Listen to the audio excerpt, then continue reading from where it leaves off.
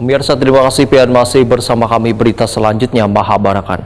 Badan Pembentukan Peraturan Daerah DPRD Banjarmasin menggelar uji publik 2 buah raperda dalam program legislasi daerah Kota Banjarmasin tahun 2023, sekaligus meluncurkan fitur interaktif jaringan dokumentasi One Informasi Hukum di ruang paripurna kantor DPRD Banjarmasin besokan Jumat 1 Desember 2023.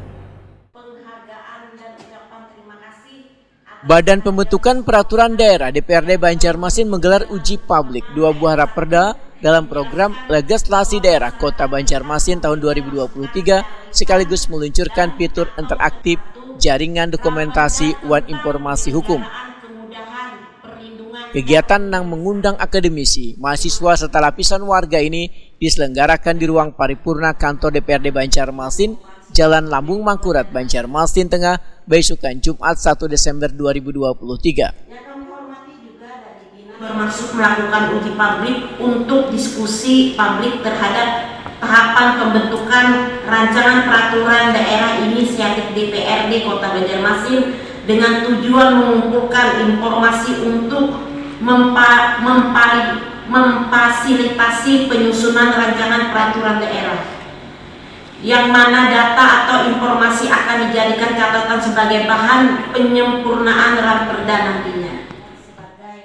Ketua Badan Pembuatan Peraturan Daerah DPRD Banjarmasin Dharma Sri Handayani Wahitakuni Prima TV membedakan 2 raperda yang diuji publik adalah raperda tentang perlindungan wan pemberdayaan petani serta raperda tentang penyelenggaraan kemudahan perlindungan wan pemberdayaan koperasi wan usaha mikro Banjarmasin, dan keduanya merupakan raperda inisiatif Dewan.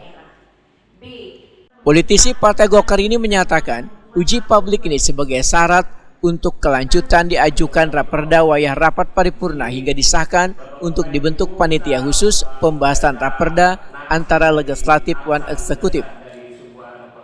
Melalui uji publik ini diharapkan, ujar Dharma Sri Handayani, banyak masukan wan tanggapan agar draft raperda yang disusun sesuai harapan hingga bisa menjadi produk peraturan daerah yang akhirnya harus ditaati saberatan orang.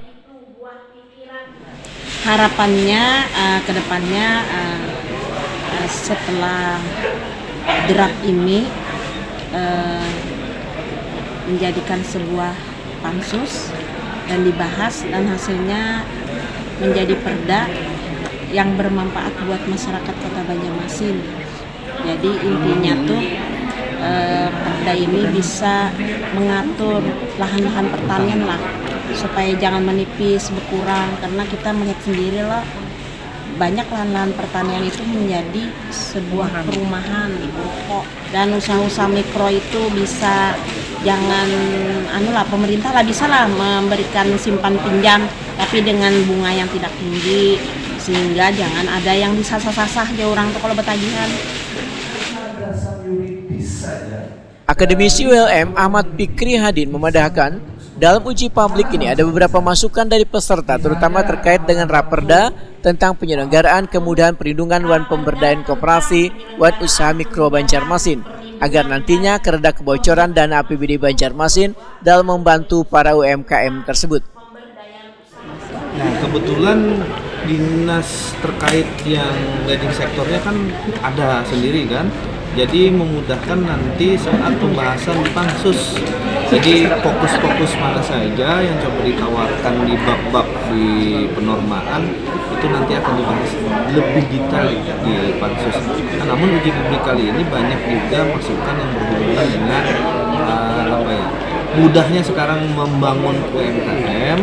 Nah, tetapi juga antisipasi kalau ada unit-unit yang itu jangan sampai kebocoran dana dari APBD membantu usaha mikro yang itu tidak berhak kan gitu.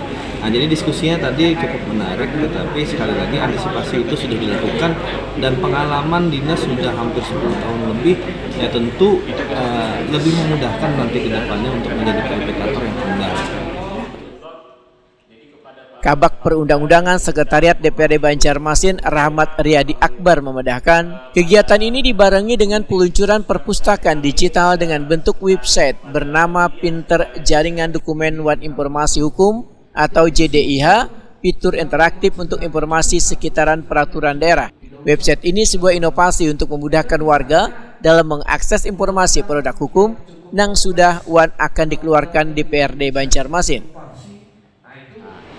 Semua raperda yang akan dilakukan pembahasan tingkat 1 akan terlebih dahulu kami sampaikan di Pinter JDIH setelah dilakukannya konsultasi publik. Jadi setelah dilakukan konsultasi publik baru kami muat di laman di Pinter JDIH. Jadi itu memudahkan masyarakat juga untuk memberikan tanggapan kan seperti itu atau seperti apa? Iya, jadi setelah dilakukan konsultasi publik, tidak semua stakeholder itu yang bisa datang ke acara uji publik. Jadi di dalam sekarang keterbukaan kita memerlukan akses yang aktif dari pemerintah, kemudian akses kembali aktif dari stakeholder. Jadi ada feedback. Begitulah yang kami inginkan dari fitur interaktif ini. Jadi kami menginginkan kepada para pakar, kepada para intelektual untuk aktiflah mengenai apa raperda yang akan dibahas di DPRD. Jadi memberi masukan terhadap isi dari sebuah raperda yang ingin kami paripurnakan di tingkat 1. Uji publik 2 buah raperda ini menghadirkan beberapa orang narasumber, yaitu Ahmad Fikri Hadin, Wan Reja Pahlevi dari Akademisi Universitas Lambung Makurat.